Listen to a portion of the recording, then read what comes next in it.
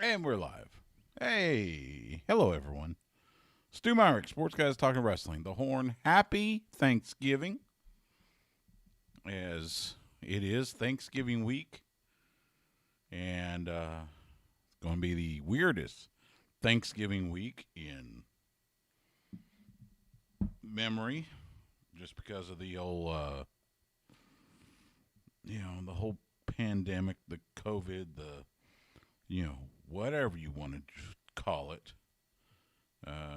But nevertheless, there are some things we that I'm thankful for, at least. So, um, let's see. Tonight, we will recap Survivor Series. We will recap what happened as a result of Survivor Series.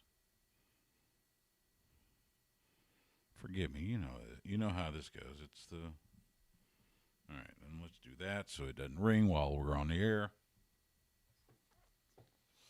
So yeah, we'll recap Survivor Series. Overall, it was, I think expectations were low, and it's so for low expectations, it did fine. It's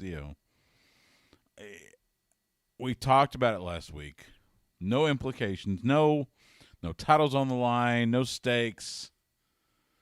The whole brand supremacy thing, they didn't even keep track of it, which was kind of funny. Which, by the way, if they had, now we learned years ago that the pre-show doesn't count. So they ended up tied 3-3. But if you count the pre-show, then Raw got the edge 4-3. But it was, it was what it was. Whatever.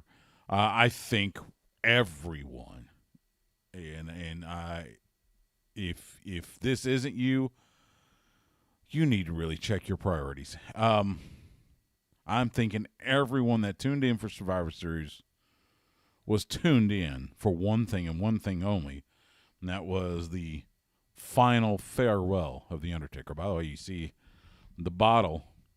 I got, just in time, got my Undertaker limited edition Cabernet Sauvignon wine. So I enjoyed a couple of glasses of that during Survivor Series. It's fine, I guess. I'm not a wine connoisseur.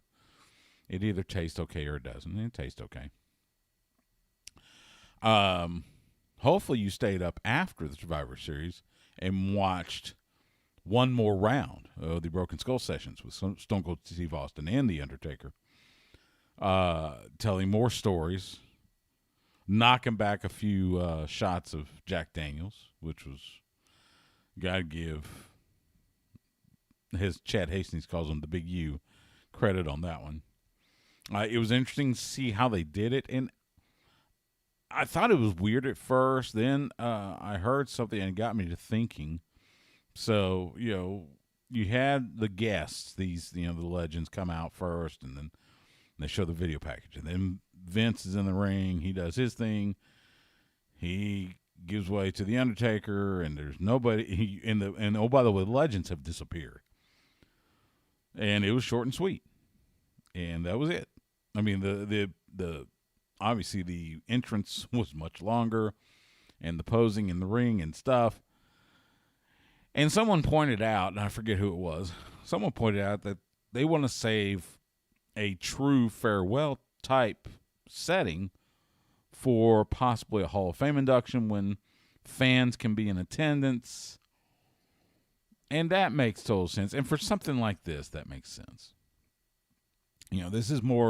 This was more The Undertaker bidding farewell to that character. And then later on, when we do get the eventual Hall of Fame induction, it will be Mark Calloway bidding farewell to the fans. So that makes sense, So, yeah, we're going to do that. We'll talk about that a little bit. We'll talk about what happened on Raw, which has its ups and downs. I heard, by the way, and I don't usually talk ratings, but the ratings came out, and it was like 1.8 million for Raw last night. But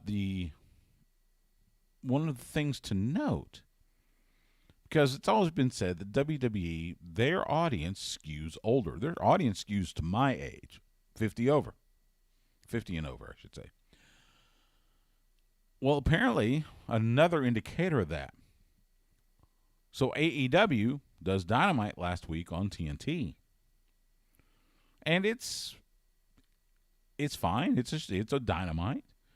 You know, they were going to do the contract signing with Jon Moxley and Kenny Omega for the world title, which ended up not happening because apparently Jon Moxley gets attacked backstage, and you also get to see the Young Bucks, their first match as AEW World Tag Team Champions.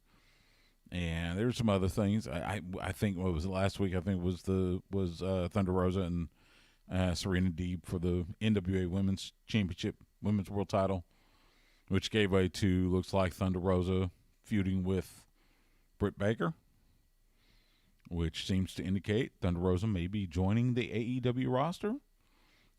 You know, we had heard that she is still under contract with the NWA through some time next year. So maybe this is setting up. Maybe they've found a way. I don't know. Anyway, so it was fine. It was good. It was good Dynamite. Well, apparently, if you look at the breakdown, AEW last Wednesday did better in men 18 to 34 years old and women 18 to 34 years old than Raw did. They beat Raw in that demo.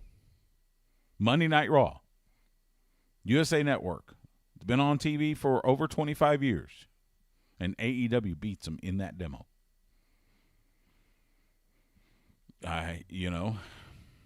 What can you say? So, yeah, just interesting. So, yeah, we'll do that. And then we're, second segment, no interviews this week. It's Thanksgiving. You know, we're just going to have fun. By the way, this will air, I think I saw something tomorrow night. So the Horn, of course, we are the flagship station for Texas Athletics, and that includes Texas basketball. And if I'm not mistaken, and I'm going to pull up my handy-dandy little programming schedule. Let's see. So, 23rd, 29th. All right, so tomorrow night, Texas opens up men's basketball against UT Rio Grande Valley. It is set to start at 6:30 p.m. tomorrow night Central, 6:30 Central tomorrow night. And that will air on the Horn and on Coke FM. Now, because it's starting early, we don't have to be preempted. Now, it may get pushed a little bit depending on when the basketball game ends. But following the basketball game, you get Fight Night, and then us, Sports Guys Talking Wrestling. So, we'll be on the air tomorrow night. And it should be close to our usual 10 p.m. Central time slot. So, if you want to listen to MMA, and Eddie and Jordan do a fantastic job, tune in to Fight Night at 9 p.m. Central, or right after the Horns and UT Rio Grande Valley. So, check that out tomorrow night. So, what we record tonight, what you see tonight, will air tomorrow night on the Horn. Of course, it'll be available podcast, all that good stuff, like always. So, and then let's see, next Wednesday night. No, that's not correct. Or they've got something else. Never mind. Anyway, so now because we are getting into basketball season, I did make sure to note that there will be a few preemptions. We always run into them about this time. And I can let you know about those now. Right now, the 4 Wednesday night games that Texas has. December 9th, they will be at home facing Texas State. December 16th, they'll be at home hosting Sam Houston State. January 13th, they host the Texas Tech Red Raiders, Big 12 action. January 20th, they're at Iowa State. So those 4 games happen on Wednesday nights. So depending on what the time, they don't do the time slots until they get closer to the game for TV purposes and all that good stuff. But there is possibility that we will be preempted those weeks. If we are, we will do podcasts those weeks, podcast only, and on YouTube. You'll see us on YouTube. We'll still do YouTube. We'll still do podcast. We just won't be on the air, on the horn. So there you go.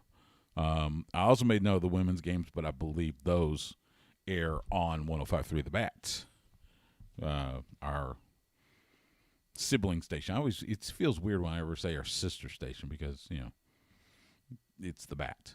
It's like calling Coke FM our sister station. I think Trey Ellen calls them the non-gender specific sibling station or something like that. I don't know. So anyway, let's see what else. It's been a weird week, especially for me, high school football wise. I'm the sideline reporter for Lake Travis, the Lake Travis Cavaliers, and of course had those 2 games. Not only last week's game against Aikens, but this week's game against Westlake. Both of them have been canceled. It turned out that a member of the Lake Travis coaching staff had tested positive for COVID-19. So it automatically meant anybody that came in contact with them had to quarantine for 14 days, so there would be no way for them to, make up either game. So the regular season is over for the Lake Travis Cavaliers. They are now looking on to the postseason. What that postseason looks like, who knows? We will have a better picture probably after this Friday with Bowie and Hayes and Austin and Del Valley. And we'll talk about this later. So, but anyway, it's just, it was just, I got the text. So this is Friday afternoon, and it was about 2:30 in the afternoon. And so my usual routine is I get to the stadium, whatever stadium we're working, whether it's Cavalier Stadium or the opponent's stadium. In this case, it would have been Tony Berger Center, which actually is a tiny bit closer. I usually get to that stadium by 5, so I can set up, because I'm also the producer and engineer. So I set up the broadcast equipment, make sure everything's working, test out a wireless, and kind of gather my notes and talk to the opposing head coach, get some thoughts from him, and then so on and so forth. So I'm kind of getting into gear. Friday afternoon, it's about 2:30. I get the text from Mark Honig, who does the play-by-play, that the game's off. And then you start seeing the tweets and all that good stuff. And it's like, okay, well, here we go. And Lake Travis so far had been able to dodge a few bullets. So, it just happened that it finally caught up to him. As Justin Simmons walks in, he's shaking his head. I think it's because I have the Christmas tree up. I have a string of lights on it, and I have to buy new lights because all my lights are dead. Let me turn you up. Hi, Justin. The turkey hasn't even hit the plate yet, man. That's okay. The carcass isn't even warm. If there was ever a year to start spreading a little Christmas cheer early, it's this year. I suppose 2020 of all years. I mean, I know. Look, there are those people, and to those people, I just say, on you, because Christmas is supposed to make people happy. I know people stress about whatever, shopping and parties and stuff, but just focus on the good stuff. Focus on Christmas cheer. And so, yes, my Christmas tree is up. I have to buy new lights because the light strings I have finally died. So I got to get lights. And then ornaments will go on probably Thursday and Friday. Ah, bah humbug. Shut up. I thought we were doing a recreation of the Christmas Carol or whatever. Christmas Carol? No, we're not doing that. We're going to help AEW and TNT and TBS cast a table read of A Christmas Story. Because, you know, TBS, TNT, they run the 24 hours of A Christmas Story starting on Christmas Eve. So AEW had the bright idea to do a table read, and they're giving fans options as to who would fill each role. So we're going to go through that in our second segment. Just a little fun exercise because it's Thanksgiving. It's Thanksgiving week, which means the start of the Christmas season. So are they actually going to do this? It says they are going to do a table read. Yeah, like legitimately. Yeah, that's what it sounds like. I assume there'll be a tape. They'll tape it, and then, like during the 24 hours of Christmas, they'll intersperse little scenes from it or something. I don't know. I haven't seen what their plans are for it. I mean, it sounds like it's an interesting concept, but yeah, synergy between AEW and their parent network. Yeah, but I'm always afraid of how that's going to look on the other end, given like what we've seen with WWE time after time after time when it comes to these type of deals. Like, it sounds like a great idea in theory, but then the execution's kind of Well, I mean, not saying everyone's a dud. Let's remember, this is, first of all, it's a table read. So they're not going to actually like act out. It's basically these people, you know entertainment as well as I do. It's kind of like when they do the first read of a script for whatever, they're going to sit around the table and they will read in their role. So whoever plays Ralphie, whoever plays, Scott Farkas, whoever plays Santa, and they're going to read those lines. Well, yeah. But you still want it to be good. Well, yeah. I mean, we'll see how it to be bad. We'll see how hard and fast they hold to these picks. I don't know. Is it subject to change? It may be. I don't know. I mean, the graphics they put up or the options they put up for the different roles. You've been drinking the sauce already, Stu. I mean, like before you started this show? Not tonight. No, I have not had any tonight. You should have. Well, I may have some a little later. So, but first we'll get to the Survivor Series recap. What? Oh, I was thinking. Have you not picked up on it yet? Like, I give you like a special entrance almost every week of something that's somewhat relatable to what we're going to talk about almost each and every week. But I wouldn't have been able to do the Undertaker thing because I wouldn't have been able to control the lights from anywhere coming in. Because I thought about it. I was like, I could have turned them off. And don't then do that just because either A, you'd blow a fuse, or B, something will start smoking, and we don't want that. So I guess I could have looked for the box. And by the way, we'll just leave the special effects and all that to the Undertaker and those that handle his entrance. Except for that one guy that handled his the pyro guy. Yeah. Pyro guy, I think is the way he kept calling him, and that's all he referred to him as. Yes. And you have to remember, I don't ever watch any of those things. Yeah. Yeah, like I barely even wanted to watch Survivor Series, but I was definitely like watching the end, and then I found myself watching the rest of the rest of the stuff that they showed afterward, and I was like, oh, okay, absolutely. All right, so let's get going, and we'll have our fun. Here we go.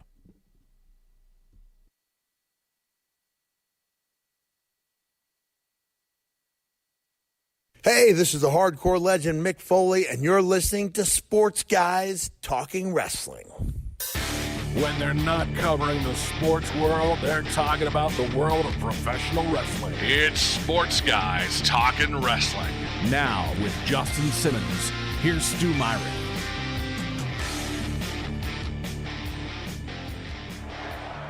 My time has come.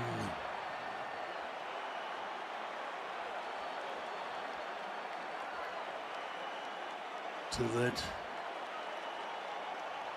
the Undertaker rest in peace.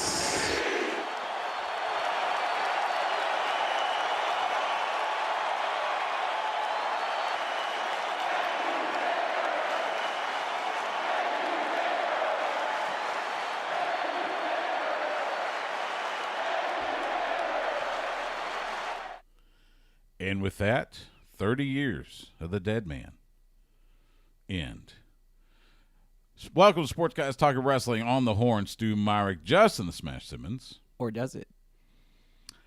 That's the big question. Because it's, wrestling retirements are kind of like boxing retirements. They're good until that next big paycheck. I mean, when the money's good, the money's good. And, depending on how desperate Vince might be, who knows? So, by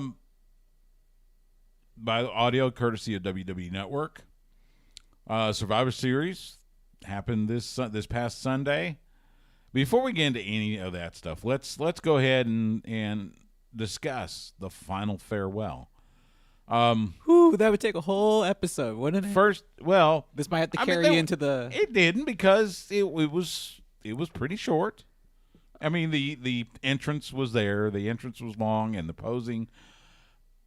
Did it seem to you? You watched it? Did it seem to you? And you just heard the audio. If you were watching it on Sunday, if you didn't know better, you would think Undertaker was getting emotional. Oh, and it was. I mean, he was. That's the reason for those long pauses, is because he is trying to hold on to that character, that image that he has created over the last 3 decades, and it was becoming harder and harder as he's going through this.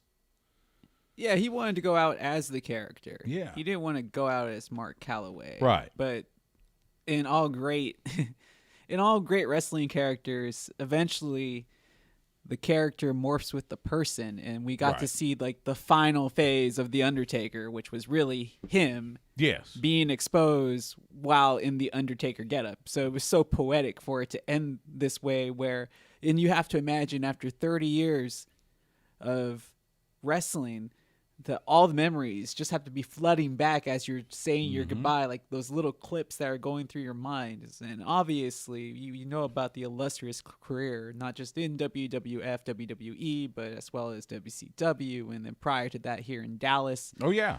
Got to start in world class. In fact, that was he once visited the Texas Longhorns during a football practice and told the story of how he got Fritz von Erich to discover him.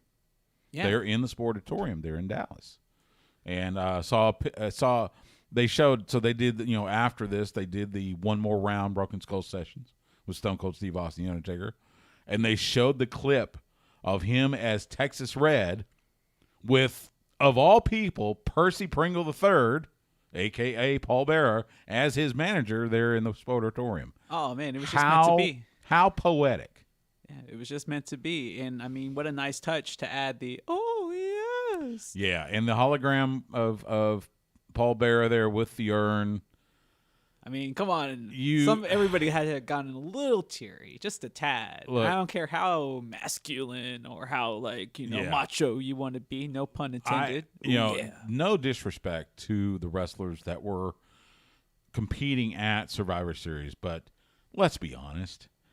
Everybody tuned in to the Survivor Series for the final farewell. Let's be honest. This was the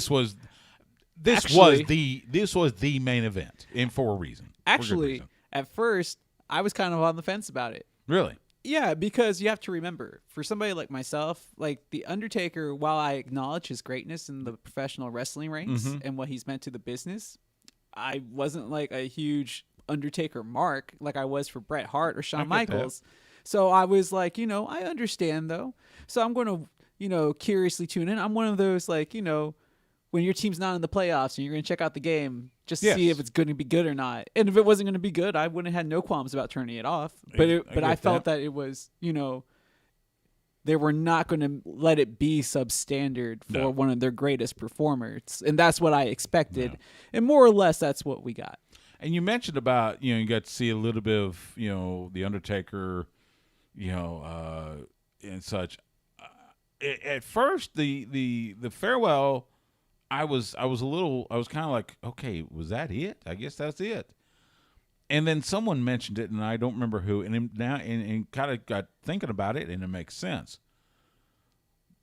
They want to save the actual goodbye, this is it, for when there can be fans in the – because you heard on the audio, they – just like with all the shows, they've been piping in, fan audio, fan reaction audio. And the NFL has been doing that. In fact, you heard, so as he's saying rest in peace, you hear the peace, and then it was a little short, peace, and then got, audio guy messed a little bit. But it's totally understandable. It is. And so what I equate it to is this was the Undertaker saying farewell to the fans.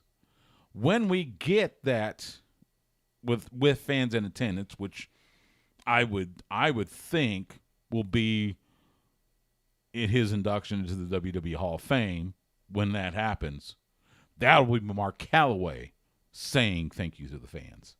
Oh, so you're saying, okay, so finally we have like the true separation now, right, between character and and now we've person, seen, right? and of course we've seen over the last few months, after all these years, that Mark Calloway has been making appearances and doing interviews as himself to talk about him as the Undertaker.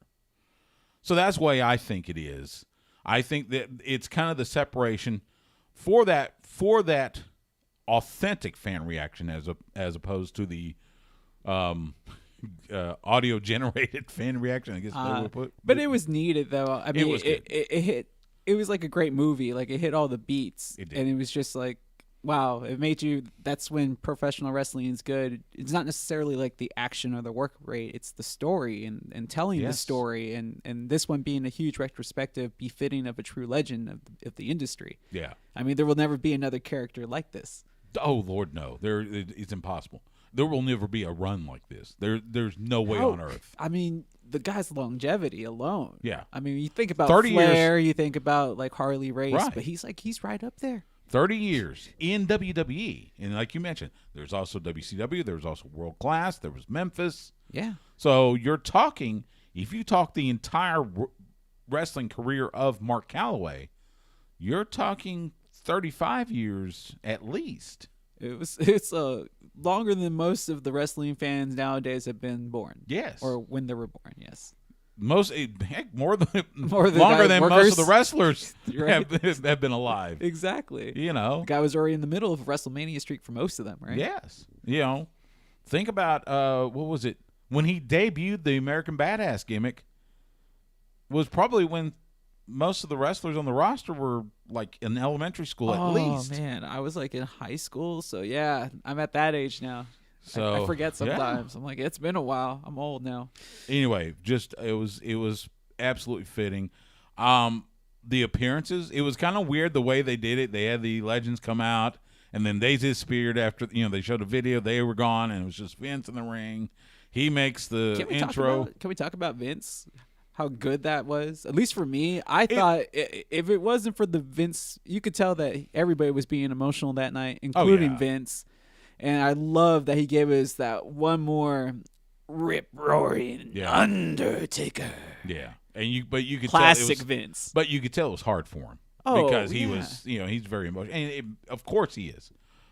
That's Vince. We know he can be emotional, especially with someone like the Undertaker that has been arguably the most loyal person in WWE. When he had myriad opportunities to jump, whether it was to WCW or somewhere else, he stuck to Vince, through thick and thin. So the others that appeared, Shane McMahon, Big Show, JBL, Jeff Hardy, Mick Foley, you heard him start the show. The Godfather, the Godwins. Yeah. That was crazy, seeing the Godwins. Savio Vega, current Major League Wrestling star. That was nice. Rikishi, Kevin Nash, Booker T, Shawn Michaels, Ric Flair, Triple H, and Kane. But again, why? Like, why did they roll them out there beforehand? Just for them to disappear? Yeah, that was a little odd. That's where I was almost like, this better be good. And then, like, the Thurman lightning bolts hit. I'm like, okay, they're trying something cool with this. Yeah. And then it caught my attention. I watched the rest of it the way through. Yeah, if there was one change, I would have left that off, I guess. It just didn't seem like. But, hey, it's a minor thing. I was happy to see them, so. And I was going to say Survivor Series actually wasn't that bad. Let's transition to that. There were low expectations. Let's be honest. Expectations were low. There was nothing at stake. Nothing. There was no implications. This was purely brand versus brand. But giving it all, yeah, it wasn't a bad show. We know the pre-show doesn't count because we learned that Survivor Series 3 years ago. Mm-hmm.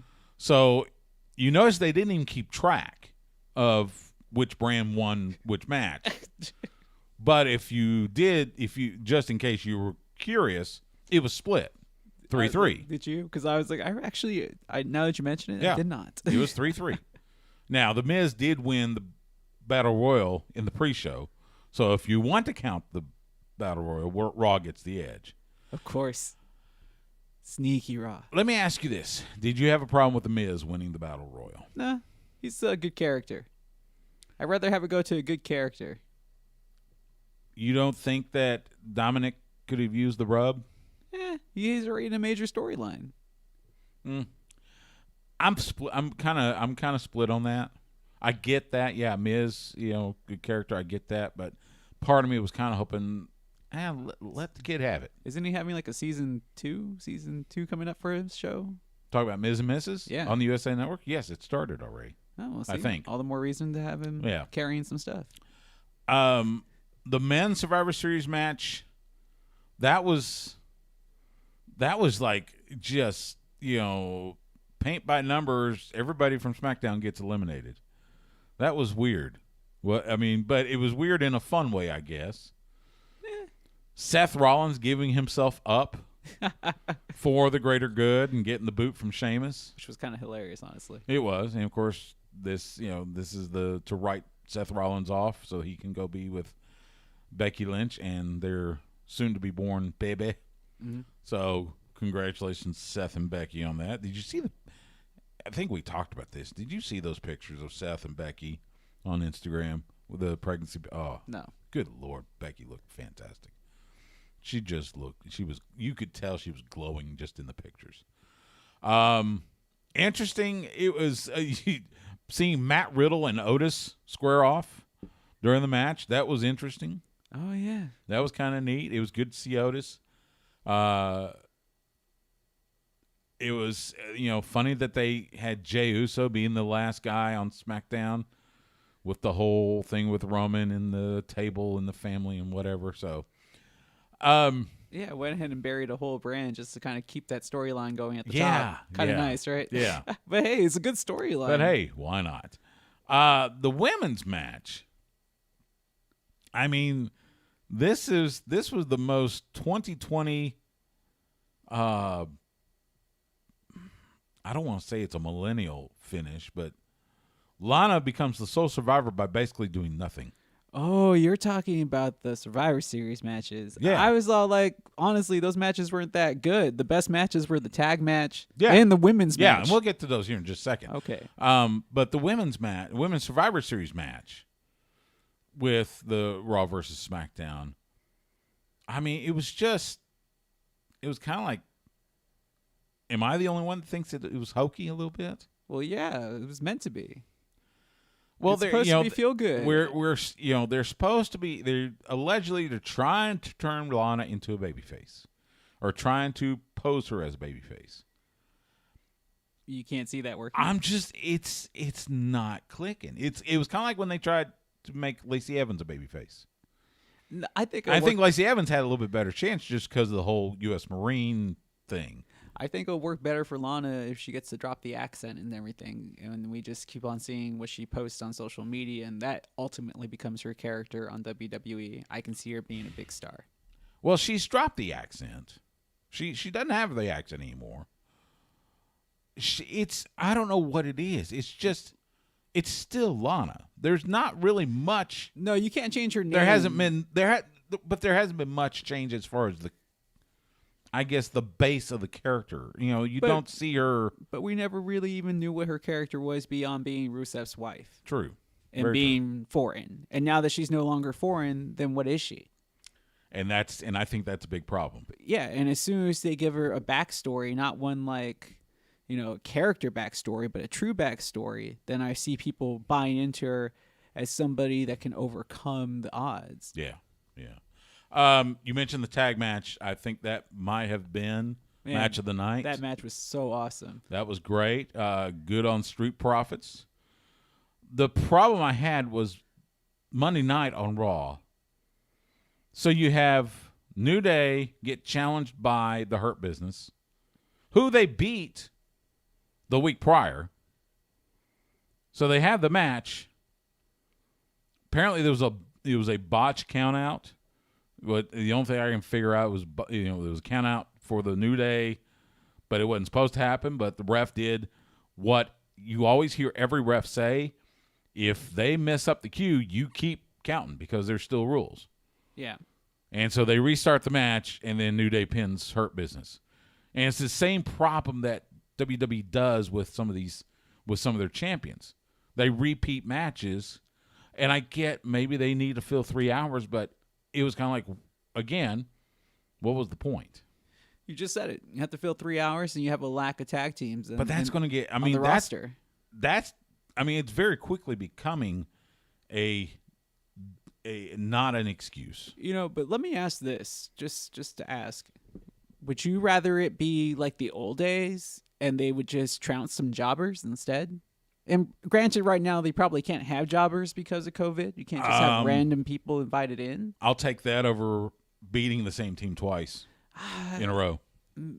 Maybe. I don't know, man. I really Especially when you beat the team on 1 week and then the next week they get a title shot. So the team that lost is rewarded with a title shot. And and then they get beat again. There's again, the logic kind of falls through on that one. I think it's just the lack of tag teams. Viable tag teams and on again, Raw. That's a WWE problem that they need to fix. The other matches, Roman Reigns, Drew McIntyre, great match. The finish was appropriate. If for no other reason than to not make Drew look bad. Yeah, I mean, but it made both of them look like super hosses, which was did. great. It did.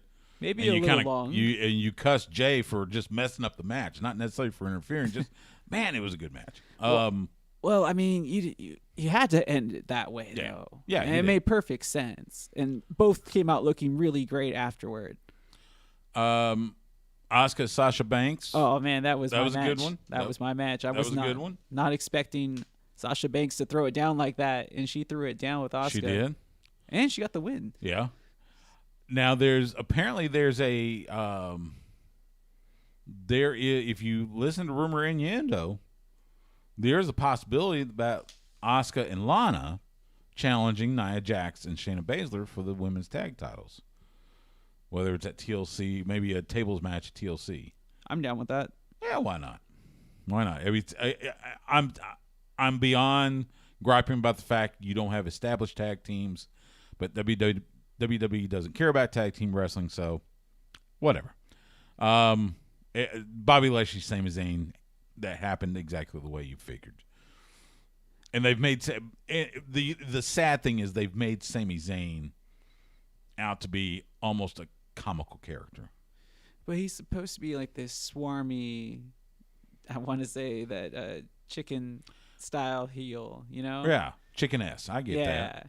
But I don't know. But we know Sami Zayn is 10 times the wrestler that he portrays on television. And I understand this is what he is told to do by Vince et al. It's a shame because we know what Sami Zayn can do in the ring. It's just, Yeah, but I mean, he's still playing a dominant role on the brand. Yeah. He's like strongly on the upper tier mid card. So, if he can continue holding that for a couple more years, we could be talking about him in the main event because we know that he can do everything. He can talk, he can cut a promo, he can hold a character. He holds people's attention. He's good at what he does in the ring as well. He's good. It's just it's hard to take him seriously right now. I guess. I don't know. Honestly, Maybe I think his character work has been fantastic recently. It has. I just want to see more of the wrestler, I guess. I'd like to see more of the wrestler, but maybe this is, he's not supposed to show. And I get it. It's kind of I got to think about it the other day. You look back at some of his, just looking back at his work in NXT, much less before he came to WWE.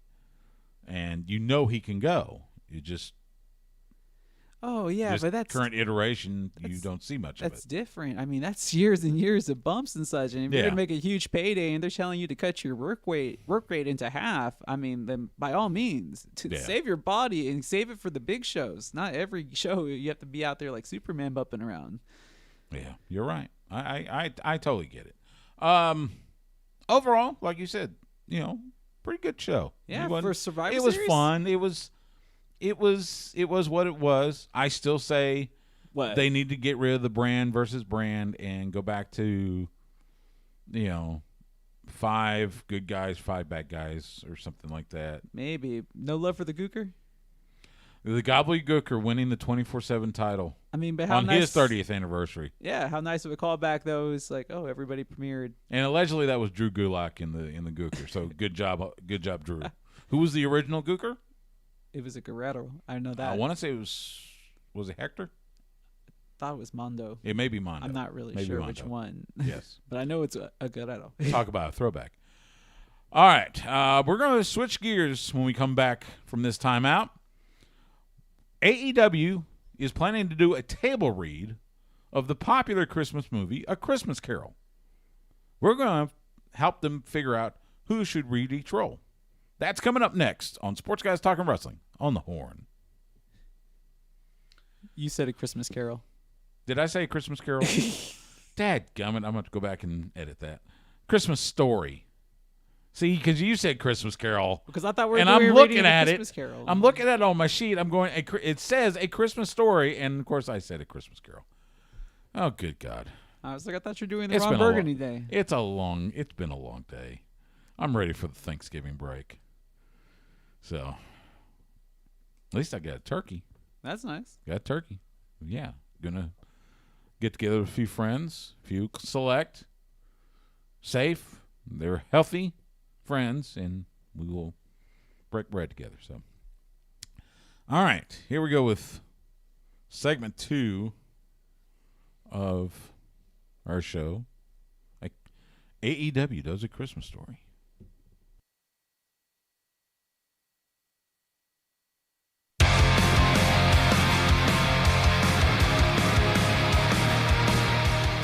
This is the American Nightmare, Cody Rhodes, and you are listening to Sports Guys Talking Wrestling.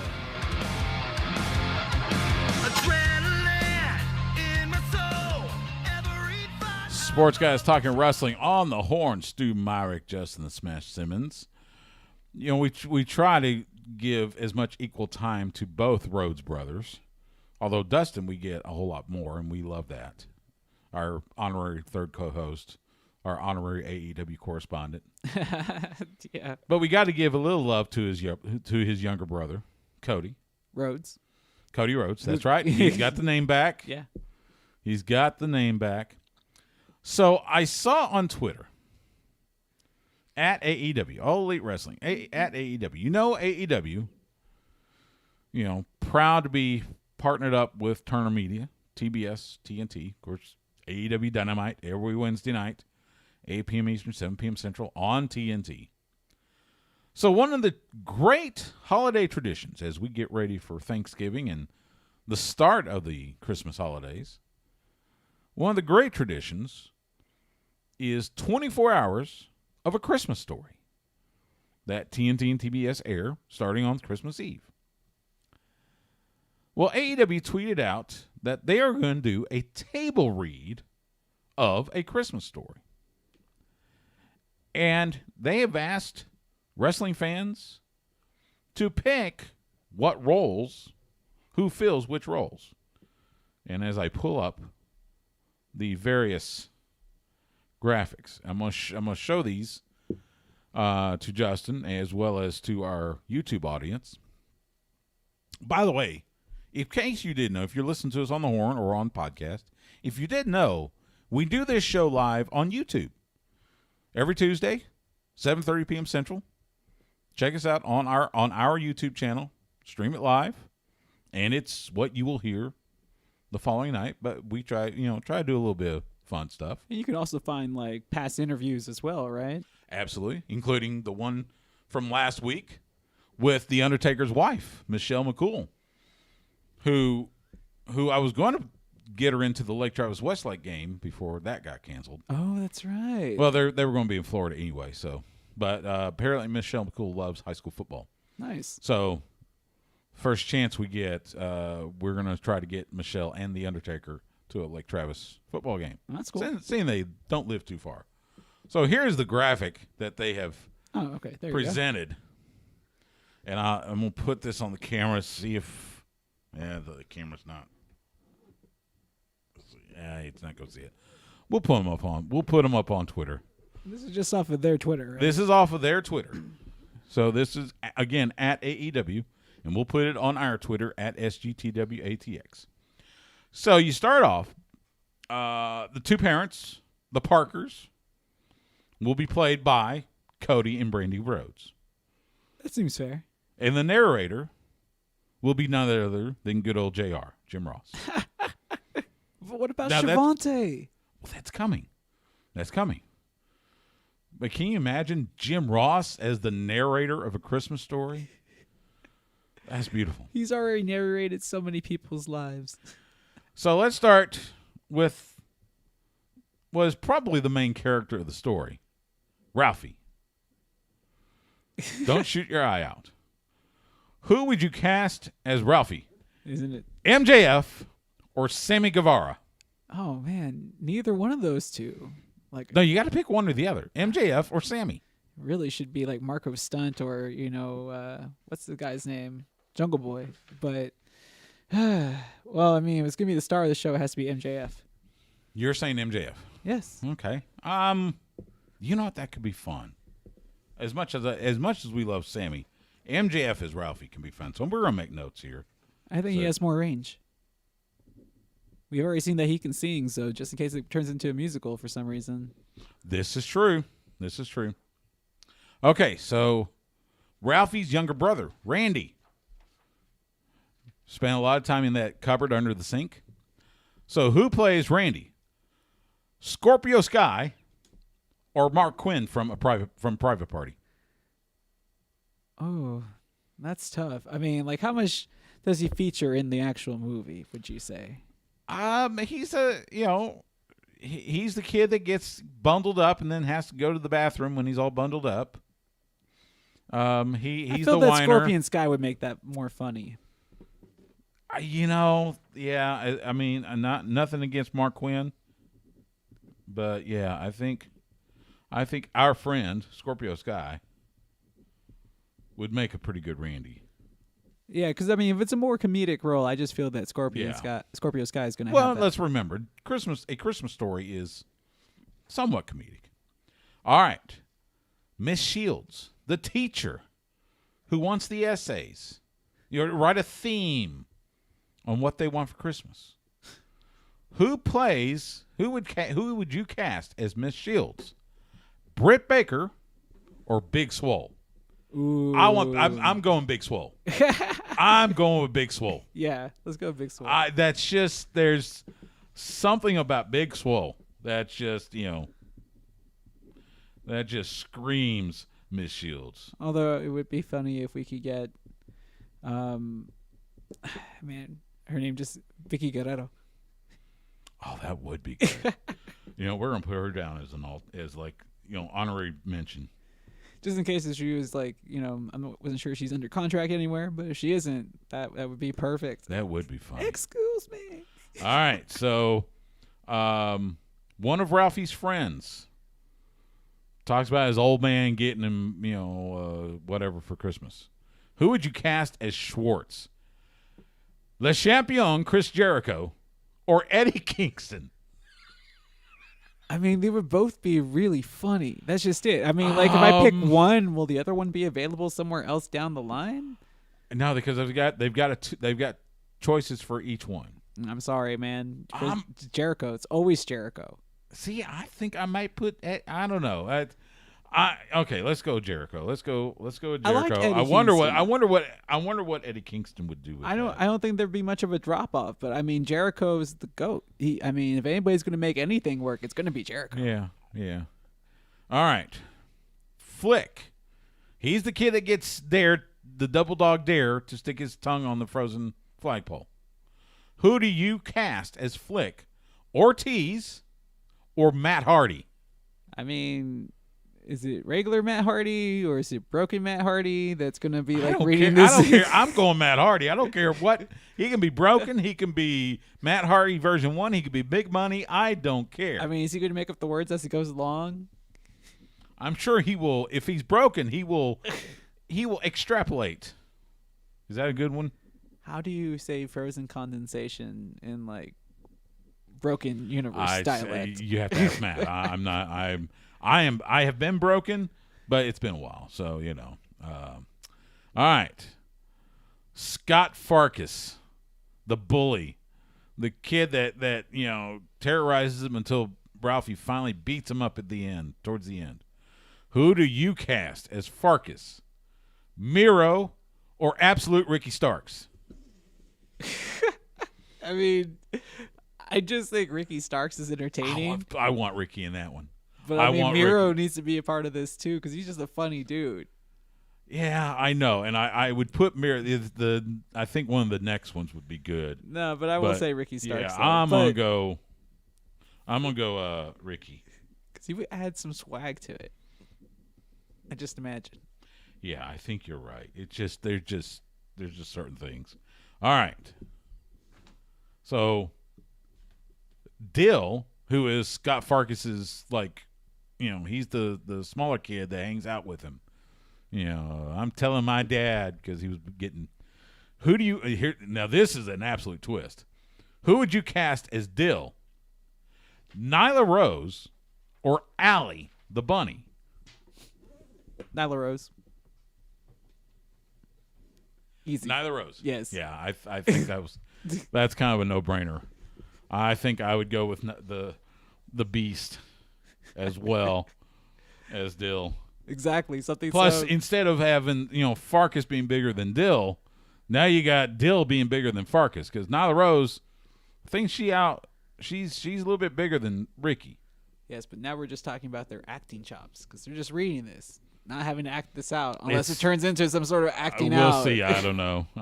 Unless you have this all pre-planned already. Okay, they've even gone so far as casting the Freight Man. This is the man that delivers the the major award in the box marked Fragile.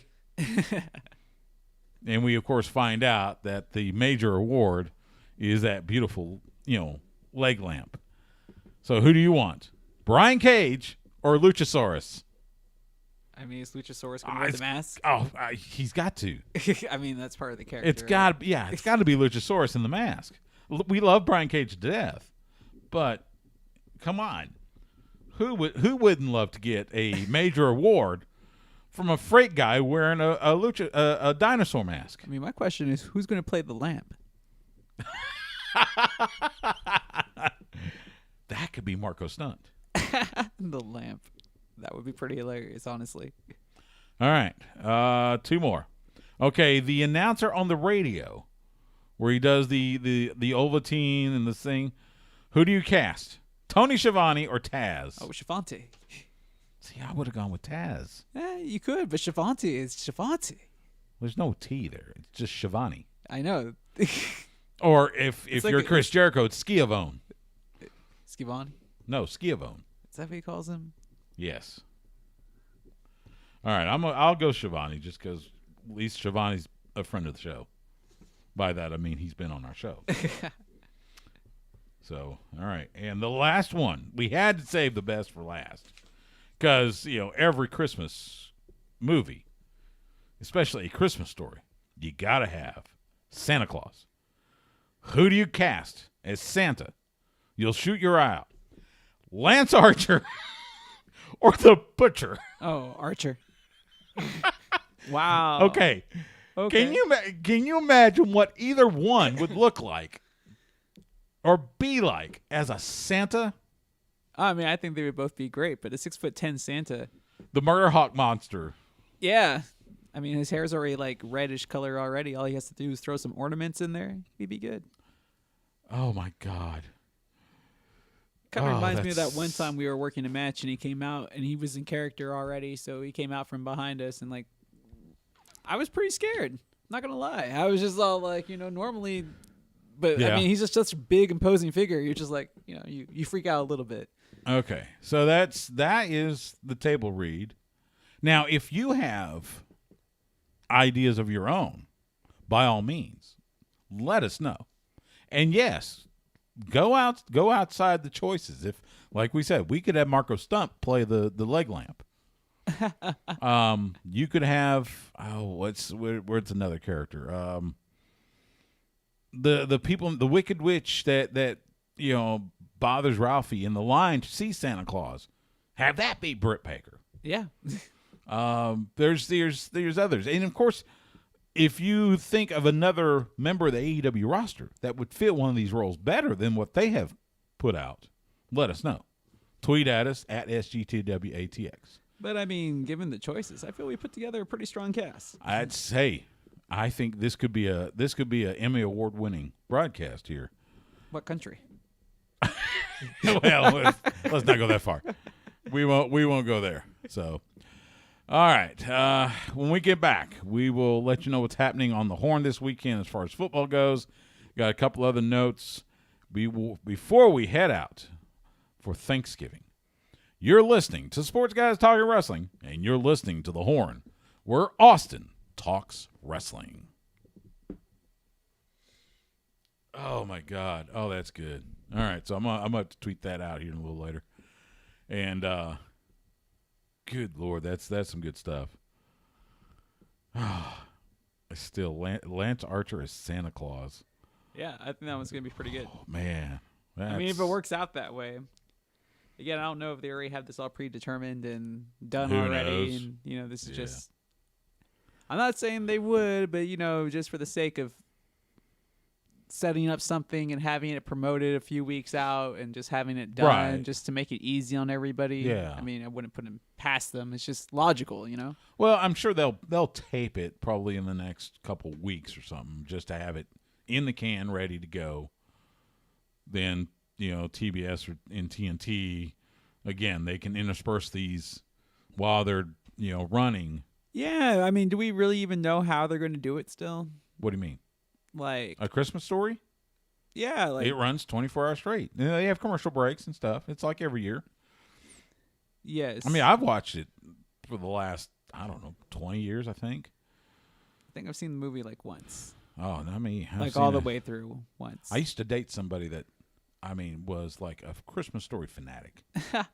Well, at least you liked Christmas Yeah. stuff, so I Yeah. mean that sounds like a perfect fit for you. And I think somewhere I have the leg lamp nightlight that I put in the bathroom. You need to put that on your Tinder profile. Loves Christmas. I'm pretty sure you would weed out like more than half of the women right there that you do not probably like. 90%. Nah, dude, there's like People, at least a people good. just don't. People, and that's the thing. Look, I get it, but I love Christmas. I think it's a wonderful holiday. I love decorating. I love everything about it. It's. Yeah, And again, if there was ever a year to start Christmas cheer early, it is 2020. And I know a lot of women that are into that. That's why I'm saying Yeah. it's not a. I was like, I wish I liked Christmas as much. I just see it as like another traveling holiday for me. I get that. Well, see, that's the thing. I don't travel. I don't travel. I mean, outside of my brother that lives in East Texas, I don't have any family to go to. I'll see some cousins in Arkansas when I go up there next week. Go spend a few days, but that's it. So I don't usually, if I'm traveling on Thanksgiving or Christmas, it's to go cover a game. And you don't even have to do that this year. And we don't have to do that this year. Yeah, you're right. So, let's see. I haven't even looked. See if anybody's chatting. Usually we get at least one or two. No, it's okay. That's okay, though. Because we get views afterwards. Oh, I know, and that's why I was. It's great. I was going to say they should always leave comments and stuff. Yes, by all means, please Yeah. leave comments on YouTube. And let us know what you're thinking. If there's something we say that you don't like, yeah, even if we suck. now don't be mean. Oh, I mean, But if you're going to be mean directed towards me, I don't mind. yeah, that. be mean to Justin. But yeah, be I nice. just want to know that you're listening. But if you want something different, let us know. And you buy be merch? and be nice about it.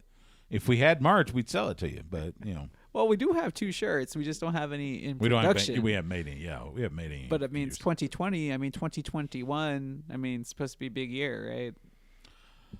It's got to be bigger than this year. So Yeah, but isn't that like 5 years? 5 show years?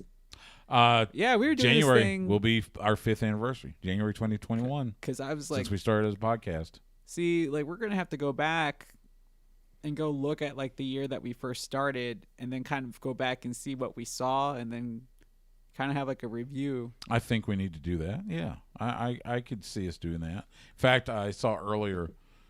So our good friend Justin Biss was tweeting out about Inspire's Ecstasy of Gold 3, which is available on High Spots Wrestling Network. Talking about it was a fun event. Well, of course, as if on cue, that just happens to be the first Inspire show that. Were you there? I know that was my first Inspire show. Mm-hmm. And of course, the poster hangs here in the worldwide headquarters. Main event: Eddie Kingston against Scott Summers. We got to see Sammy Guevara take on Ricky Starks for the Inspire Pro Championship. Keith Lee taking on JoJo Bravo, now Jay Sirius. Mike Dell taking on Ray Rowe, now Eric of the Viking Raiders. I mean, there's some history there. It's Yeah, there's a lot of good talent on that card, Yeah. and especially a lot that ended up going pretty far. well, you got Like Let's now see, our main one- event players. You got 1, 2, 3 guys that are 3 AEW roster members, 1, 2 current WWE roster members, a former NWA World Heavyweight Champion in Tim Storm. Let's see, Barrett Brown, who's been making big name in New Japan Pro Wrestling. What else? Who else am I thinking? Of course. I mean, that's a really good pool, Yeah. considering like who's on that card, and it's not like Terrell or Moonshine aren't like great. They're pretty yeah, good. and you got some great independent stars And like Terrell Tempo, like Moonshine Mantel, like Mike Dell, JoJo Bravo, Jay Sirius, Davey Vega, Matthew Palmer, who's been making back. a comeback. Hyan, who's she's a champion. Where is it? It's not AEW, is it? I thought it was ROH. No, she's not in ROH. She's got a title somewhere. I forgive me, Hyan. My mind blanks a little bit, but yeah, it was the Impact champion. It was damn good. Right now, Deonna Purrazzo, Okay. who we saw in Wrestle Circus once. So anyway, yeah, there's but 5 years. Good Lord, we've done pretty good for 5 years. Yeah. Made a lot of friends, earned respect. It's now time for money. Give us your money. Yes. Now, if you want to advertise, Yes, advertise with us. email Support us. our Patreon. SportGuysTalkingWrestling@gmail.com. We don't have a Patreon. Well, if we're gonna make one so we can make shirts, because we need to have merch. Well, maybe we just need to make merch. All right, let's finish this up. Last segment. like? Hold on. Say it. I said, what would you want the new shirt to look like? Well, I do have an alternate logo that we could use. Do you? I Yeah, didn't know. I had no clue about any of this. Yes. So I you made do it a long time so ago. you do think about these things. Yeah. It's kind of one of those things in the back pocket, if the urge ever came. So, all right, let's do this. Last segment.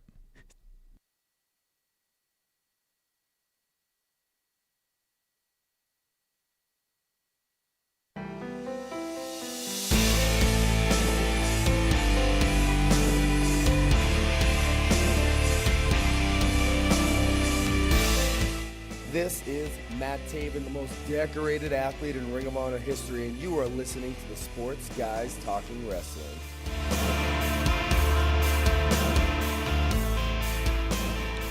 Sports Guys Talking Wrestling on the horn. Stu Myrick, Justin the Smash Simmons. I miss talking to Matt Taven. We need to get him on soon. Oh, and all in due time. Yeah, he's made his comeback to Ring of Honor. Of course, they've started up. And if you watched the most recent episode, which if you're here in Austin, it airs Saturday nights at 11 o'clock or 11:05 p.m. Central on CBS Austin, and it airs on all the what's their parent company? Sinclair, thank you. Sinclair Broadcasting, and on Fox Sports Southwest and stuff like that. which will soon be Bally's I Sports guess. Network. Maybe. Because they sold the regional that's right. rights. That's right. Anyway, so if you saw, it was Matt Taven taking on Bateman from The Righteous. Matt Taven gets the win. Bateman does the post-match attack, beats him up. Here comes Vincent, formerly known as Vinny. Yeah. To try to finish the job. He's got a dart that he's gonna throw into Matt Taven's chest. The lights go out, music hits. Here comes Mike Bennett. Oh yeah, yeah. Cleans house, reunites with Matt Taven. We got the OG Kingdom together again. Oh, this should be a good run. That was awesome. It was not to mention it was so good to see Mike Bennett back in Ring of Honor. Just to be back in the ring. Yeah. Yes, and see him back in the ring, see him back in Ring of Honor. Let's pray that Maria Kanellis Bennett joins them as well. Oh, I'm sure. Get the First Lady. All in due time. And we do see the reunion of the original Kingdom. And they start terrorizing Ring of Honor, taking the tag straps.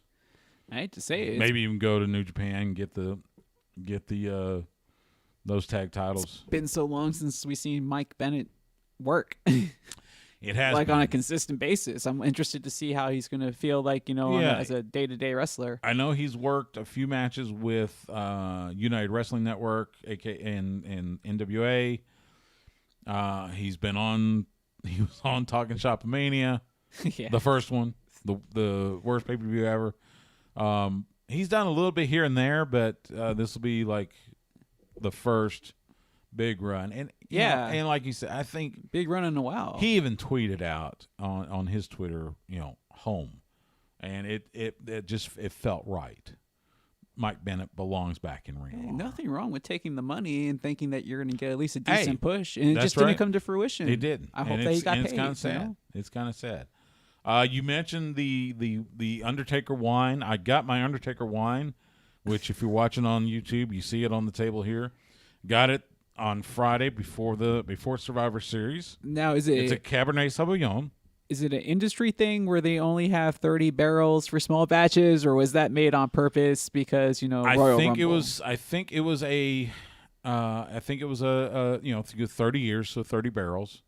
In fact, they even numbered the bottle. This is bottle 172 from barrel 5 and number 30. Yes.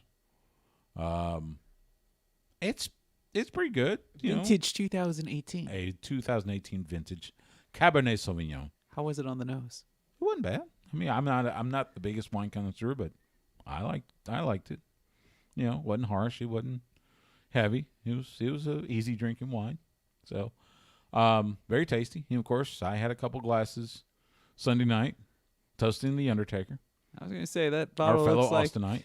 the one problem with the see-through bottles that lets me know that was more than just a couple of regular size glasses there, Stu. Well, Pours may have been a little heavy. I love the wax seal Now I cut it a little shorter than I should have, but it was top. The top was sealed with wax. Yeah. Kind of like what you see with Maker's Mark. Yes. They do that. So and the cork even has the 30 Undertaker 30 logo and the WWE logo. So at least one cork you will keep. Yeah. Oh, I'll keep the bottle. Will go right next to Jericho's. That's So right. we'll keep the bottle. Bottle's kind of cool. Looks a little like one of those old bottles you see in like an old lab. So That's true. yeah. So very cool. Real quick, give you a quick rundown. Football this weekend on the Horn. The Lake Travis situation first. So it was Friday at 2:30 in the afternoon. I'm getting my stuff ready to head to Burger Center for Lake Travis and Aikens. Then I get the text message. Game's canceled. And we found out later that a member of the Lake Travis coaching staff tested positive for COVID-19. By school district policy, the Lake Travis Independent School District, they say anybody that has come in contact with someone who's tested positive has to self-quarantine for 14 days. So basically what it boils down to is the final 2 games of the Lake Travis season have been canceled. So Aikens and the big one, Lake Travis Westlake, is not being played. No Battle of the Lakes. No Battle of the Lakes this year. So regular season is over. Lake Travis will await what happens with the playoffs. That's going to be determined probably this Friday, and we'll get to that here in a moment. But for now, Lake Travis regular season is over at 6-0, 5-0 in district. Thursday, the Dallas Cowboys will host the Washington football team, Washington FT. Somebody mentioned. Pregame's 2:30, kickoff 3:30 on the Horn. I believe Andy Dalton will still be starting at quarterback. The Cowboys got the win this past weekend. Surprisingly, hey, they're still in the playoff hunt. Even a blind squirrel gets a nut once in a while. Yes, they're still in the playoff hunt. Only half a game back from Philly. So this is a must-win game for both teams. So at least there's that on the line. Yeah, 3 and who could be the worst division champion in the NFL? Friday, Texas Longhorns will host Iowa State. The Cyclones coming into town. Longhorn game day gets going at 7 a.m. with Chad Hastings and Bucky Godbolt. It will start on the Horn. 9 o'clock, they'll expand to the Austin Radio Network, and then kickoff for that game is at 11 a.m. Central, all across the Austin Radio Network. That's the Horn and Coke FM. Of course, you can hear the Spanish broadcast with my dear friend, Dr. Ruben Pizarro, on 105.3 The Bat. So no Black Friday shopping for any of them, huh? No Black Friday. Bucky is going to have to wait till Saturday to go to Hallmark and watch his Hallmark movies. And then Friday night on the Horn. But I was going to say, isn't Iowa State ranked like number 12 in the nation? I have to look. I know they were ranked. They got a big win. So they're good. Did you say, by the way, congratulations to your Aggies. Number 5 in the most recent college football, in the first college football playoff bowl. Knocking on the door. Doesn't matter. We'll see. Then this Friday, you've got. I know. I'm trying to give them a little credit. This Friday, Vandergrift at Round Rock. Kickoff will be at 7 p.m. on 101.9 FM and AM 1260. Merle Trand and Scott Schaffner and the crew. My buddy Zach Lucero does sidelines, so you can hear that on AM 1260 and 101.9 FM. Bowie and Hayes, that will be at Bob Shelton Stadium. Kickoff at 7:30 on 105.3 The Bat with Dee Hansen and Steve Foster. The implications are basically if Hayes wins, and I believe if Austin High beats Del Valle, Westlake will actually end up as the top seed in 6A Division I. Lake Travis would be the runner-up. Yeah. If Bowie wins, Westlake goes Division II. They will defend their Division II state title. Lake Travis becomes the top seed for 6A Division I in 26-6A. It's crazy. We'll let you know. Oh, man. Well, hopefully we can even get into the playoffs and, see the playoffs all the way through. Let's hope. Yeah. That'll do it for this week's Sports Guys Talking Wrestling. You can follow Justin the Smash Simmons on Twitter, Instagram, and Twitch at The Smash Simmons. You can follow me on Twitter and Instagram at Stu Myrick. That's STEWMYRICK. You can follow the show on Twitter at SGTWATX. You can find us on Facebook and Instagram at Sports Guys Talking Wrestling. We are proud to be the official broadcast partner of the Professional Wrestling Hall of Fame, and we're proud to be part of the great lineup you hear every day. On the flagship station for the Texas Longhorns and your radio home in Austin for the Dallas Cowboys, we are The Horn. Catch us Wednesday nights at 10 p.m. Central on The Horn, or catch us anytime on demand by going to hornfm.com and click on the On-Air tab, or by subscribing to us on your favorite podcast platform. For Justin, I'm Stu. Thank you so much for giving us some of your time tonight. Have a happy, healthy, and safe Thanksgiving, and we will see you at the matches.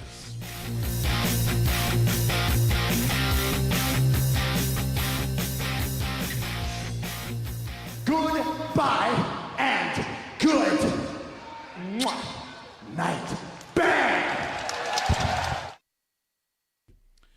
There we go. So not bad. Short and sweet. Yeah, the high school football playing thing is, I mean, it's just going to be nuts.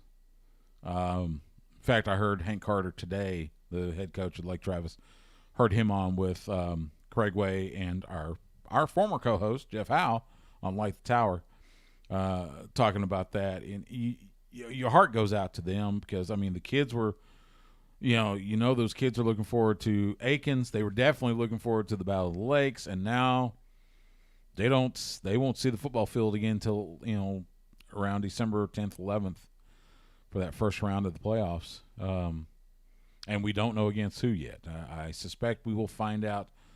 We'll have an idea probably after this weekend. Well, I mean, we'll just see. I mean, there's no guarantee that there's a team that's going to be healthy, even if the other team is healthy, and then that's an automatic forfeit because there isn't going to be any time to push back and reschedule a game. Yeah, that's the thing. UIL already ruled on that. So yeah, if team has a COVID issue, they're out. Yeah, it's a forfeit. So it's you know, that's just, again, it's 2020. So. What do you got planned for Thanksgiving? Nothing. You say really. you're not. Are you? You say you're not traveling this time? No. Yeah, I'm not. I got, like I said, I've got some friends locally. We're gonna do safe and, you know, all that, but we're gonna do a little bit of Thanksgiving feast on Thursday. Friday is gonna be watch a little football, finish decorating the tree. Got a few other decorations I want to hang up. Let's see. Eric Burns at Burnsy. Stu and I met at Inspire Pro Wrestling. Yes, we did. Same show? It may have been that very same show. Or one right after it. So, yeah, got nothing. This is it's gonna be a quiet weekend, which is, you know, I was gearing up for, you know, Westlake Lake Travis and, you know, working that Friday afternoon. And so now it's kind of like, we'll see. Yeah, I'm supposed to do boxing in Houston on Saturday, but we'll see if that goes through. Yes, I saw something about that. So I saw there was a card in Houston. Oh, yeah, that's right. I forget that the commission. Yeah. And then I was contacted about doing some sort of playoff game here in the area for like Texans Live or something. Yeah, Texan. Yeah, Texan Live partners with like Travis. Okay. To do the streaming, and they use our audio. Oh, okay. Yeah. So, and I know Texan Live does the streaming for a lot of area high school football. Yeah, but it was just like, I don't know where the playoff game would have been, or if they even need me, or if that game got canceled. Well, that's the thing. So it's tough to say. Yeah, it depends on which school and what district and all that good stuff. Well, I mean, right now you have the small schools in it. Small schools, yeah, they should be. This would be round 3. Yeah. Round 4, something like that. It should be round 3. Yeah, I think they should be round 3 for 4A and below. Other than that, you know, not a whole lot. We'll see what happens on SmackDown with Roman and Jey Uso, and they're saying a feud with Daniel Bryan. I think that I've heard that. They're also saying that Braun Strowman would challenge Drew McIntyre for the WWE title at TLC. That's the rumor innuendo. I mean, as long as he loses to Drew McIntyre. Well, yeah, I'm they're good. not. I don't think they're going to give him the title. And if you saw him Monday on Raw, he headbutts Adam Pearce. Yeah. And apparently got an indefinite suspension. Which means next week. It could be next week. It could be. We'll see him next week. 2 weeks. It could be. Who knows? I will see. I do wish they would at least. I know it's outside WWE. I wish, though, they would at least reference that Adam Pearce is a former pro wrestler and actually a former NWA World Champion. Because it's one of those things.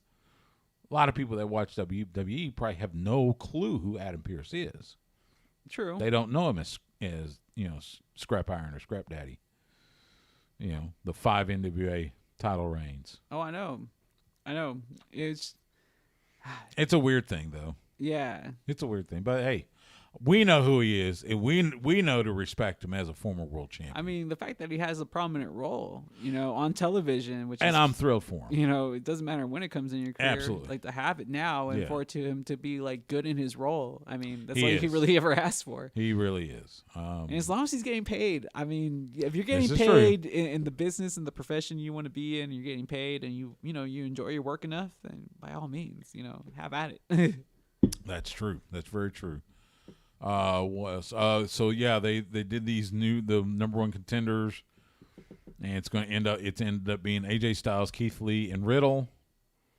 They're gonna have a triple threat. The winner of that becomes allegedly the number 1 contender to Drew McIntyre. I guess that's where Braun Strowman may or may not insert himself. So it's gonna be Riddle, huh? That would be my guess. He looks like he's gonna be the most marketable guy out of all of them. Well, AJ's already been there. Yeah. I got a feeling they're going to save Keith for a bigger match. So, yeah, my guess would be Riddle. I just think that the marketing, they're going to be able to market him a lot better than everybody else. Well, especially now he's down to just Riddle. Exactly. I don't know what WWE has against first names, but oh well. It's easier to trademark just his last name. Sure. Hey, they trademarked Rhodes. Yeah, but never mind. There's not enough logic. What else was there? What else did we miss? Oh, I didn't even put it down. Bray Wyatt and Alexa Bliss and Alexa and Nikki Cross and that was good. That was fine. The Friendship Frog or Friendship the Frog. He's dead now. Yes. Created and destroyed in the same segment. He croaked. Not unlike some WWE wrestlers. That's just mean. I think that's exactly where they were getting at. And I guess now they've started progressing the Randy Orton and Fiend deal. Again, it's kind of like, okay, who do you cheer for? It's fine. At least you remember it. They call back. It's like, hey, you remember this? And it's like, yes, if you've been watching, you do remember this. I get that. But again, who do you cheer for? Who do you root for? It's open to interpretation. I know. You get to choose. I know this is more. It's more of a rhetorical question of because of the lack of simple good guy versus bad guy. No, they're just simply... I know. There's the shades of gray and... Well, it's because of this. They're not going to tell you who to choose unless they really feel that they can make money with them, like a Roman Reigns. And even then, they already know that the crowd's going to, just douse whatever they decide to do anyways, unless they feel it's an organic choice from the fans. So the fans ultimately decide anyways. I know, but still... I mean, especially now, there's no crowds there to react. So, yeah, there isn't, but there is. There's always the Twitterverse, and some of those nimrods just most wrestling fans are fine, but there are those that just make you just want to shoot the TV. I mean, again, once you start watching it as just a show, I heard somebody else talk about that. May have been Adam Wilborn from What Culture. He mentioned something like what you've been saying. As long as you see it as a TV show about a wrestling company putting on a wrestling show, Yeah. then I've been doing that more. And there, it's kind of like, okay, Yeah. sure. Then it's watchable. They're sure. But the product that you saw when you were a kid and when you were a teenager and a Yeah, young we've adult gone- is no longer I like that know. type of We've- product anymore. We've gone over this, and it's, you know. But it always bears repeating because It it's all does. like there's certain things that are good about that time period that need to be recreated and that they don't try to use. But then again, how can you ever? It's like uniforms. I mean, if you don't change the styles or the colors and have a few duds every now and then, you will never have a truly new look that defines a new generation. Yeah, that's true. That's very true. Can't all be Ricky Steamboat, you know? Sad. Well, I mean, He was there's damn only good. Yeah, well, I mean, not everybody can be Ricky Steamboat. I haven't seen anybody else being able to Hell, R-drag like that. Not everybody can be a Ricky Starks. For Yeah. that matter. I mean, Ricky does a pretty good, baby face, but he's really good as a heel. Yeah, but I'm talking like more along the lines like we're not going to see like another guy that's going to make the crowd cheer them. Just with technique. Yeah. Yeah. I Like get that. there's work rate has At least not in the U.S. Now, say somewhere like, say, Japan, you might get it, but But even then, I think that everybody's so accustomed to like this fast work rate that it kills. I'm sorry. Go ahead. No, it's fine. It just popped in my head. I just mentioned Japan, and I saw a picture of the Gorillas of Destiny. So they're in the World Tag League, and I think they're tied for the lead right now. And it was a YouTube video from press conference. Good God, Tama Tonga has gotten his hair cut. Oh yeah, He's clean shaven. Looks like he's about to go back in the Air Force. Yeah, he looked all cleaned up. Good night. I almost didn't recognize him. Looks like he dropped some weight too. Yeah, he's dropped some weight. I wouldn't have known it if he wasn't standing next to his brother. Yeah, who looks the same. Yeah, Tonga Loa looks fantastic. They both look fantastic. They're always, and we love them to death. But it was just like, good Lord. I mean, Tonga looked like 10 years younger. Yeah. So it was good. It's good to see them. Yeah, we need to get Matt. Matt, I always have fun talking to Matt. He is just a good guy and fun to talk to. And we always enjoy conversations. Michelle McCool was really good to talk to. That was really neat. Talking about not only did we talk about Undertaker, we talked about her career. Well, yeah, of course. Which is legendary in its own right. First Divas champion. And I put forward the notion that her era, which is that was the Layla and Victoria and them. That was they laid the foundation for the transition from the pure diva to what we see today. They were kind of like the hybrid. They were the. I mean, that's a nice way of putting it. You can simply just say, yeah, she was part of the team that transitioned away from the bra and panties matches to like actual wrestling. Right. Yeah. And their athleticism, and she seemed to appreciate that sentiment, and I'm mad because you saw more wrestling with them than you had, say, the iteration before.